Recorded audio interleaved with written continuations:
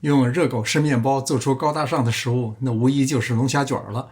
在美国，很多餐馆会把龙虾卷作为主打招牌菜。其实做起来非常简单，最好是用整只龙虾。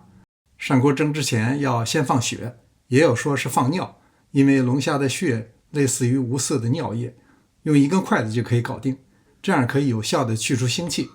洗净以后不用分拆，水开以后上锅蒸10到12分钟。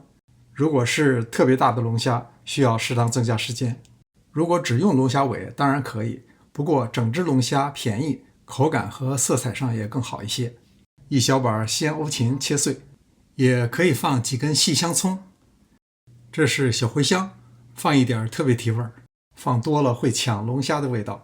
做龙虾卷最后是要夹在面包里，不能水唧唧的，所以蒸熟以后不要放入冷水，自然放凉以后进行拆解。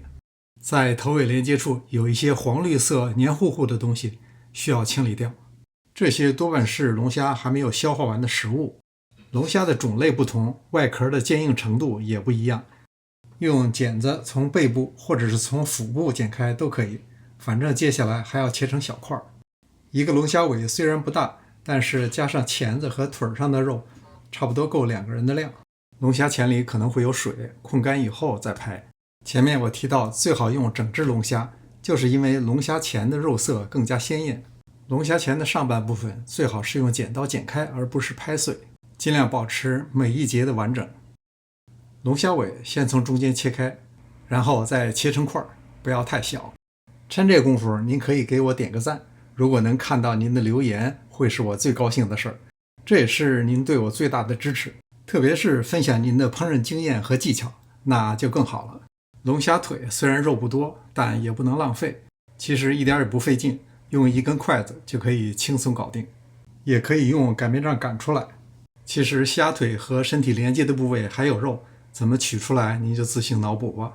一勺美乃滋， Costco 的这种美乃滋味道刚好，有些品牌的美乃滋非常咸，最好先尝一下味道，以便做适当的调整。这是甜酸腌黄瓜，最好不要从瓶子里直接倒入，那样可能会有水一起流出来，倒在小碗里把水分控出比较好。